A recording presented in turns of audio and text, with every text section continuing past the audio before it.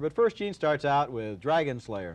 Dragonslayer is the latest sword and sorcery adventure to come out this year, and it's quite enjoyable, thanks mostly to a fabulous flying dragon that makes its grand entrance midway through the picture. Dragonslayer is the story of a young sorcerer's apprentice who inherits magical powers from his dying master. The young boy also gets a necklace with a charm, an amulet, that protects him against evil. At first, the boy uses his newfound powers to play tricks on an old friend.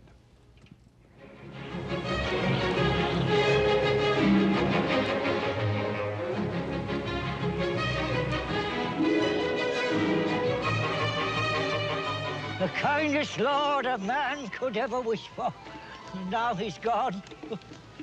Ye gods! You'd think he could boil his own eggs at the snap of a finger, but no. Had old Hodge to do it. Up at 5 every morning, clearing out the cages, emptying the slops. Never once a thank you or a pat on the back. I shall miss him. Me too. No, you don't. All you think about is your tricks and your knavery. But you don't pull any wool over these old eyes. You'll have to walk a long way before you can fill his shoes. You mark my words. What's the matter, Hodge? Packed too heavy? Huh? Oh, no, don't. Stop it. But I need that. Give it back to me.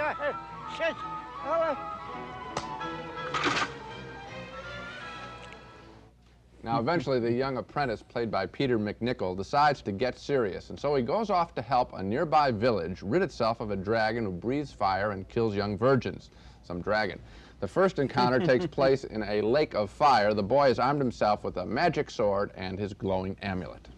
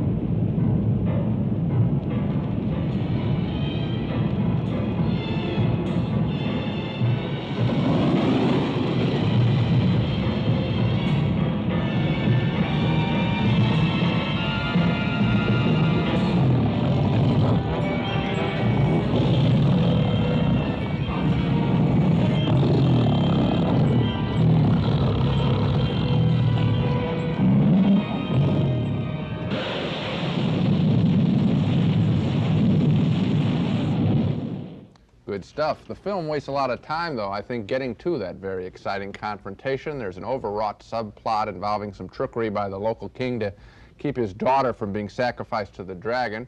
More interesting is a sweet love story between the young apprentice and a gutsy young woman. But most of all, I just got a kick out of that fire-breathing dragon. The special effects with the dragon are excellent. In this one, we're pretty much in total agreement. I like the dragon, too. I like the special effects. I like the production design of this film. I really admired the way that they created the Dark Ages. I thought it looked kind of convincing in a way. Everybody's kind of grungy and dirty, and they're wearing rags and walking through the forest. Unlike Excalibur, where everybody was wearing suits of armor that wouldn't be invented for another 600 years. Yeah, I did get the other film of that time period that I thought was interesting was Roman Polanski's Macbeth a number of years ago, and it was for that very same thing that you mentioned, the dirtiness and the grubbiness of it all. But didn't you want to see the dragon sooner?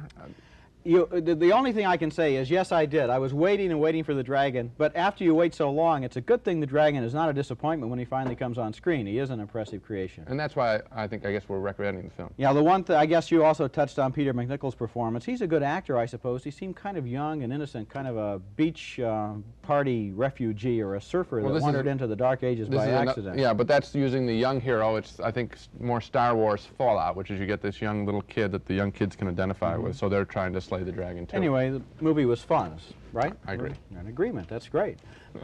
Okay. Well, so much for the dogs. Now to recap our reactions to the main movies on this show. Both Roger and I enjoyed Dragonslayer, a wonderful adventure film with a fabulous flying dragon. 2 yes votes for that. Now, about this show, what do we like the most? Probably SOB, right? That's the one that I would go to see first, and then after SOB, I'd go to see the James Bond picture. And then after that, you go to see Dragonslayer. Actually, after 6 months in 1981 of really slow going at the box office, things are pretty good right now. A fabulous movie summer.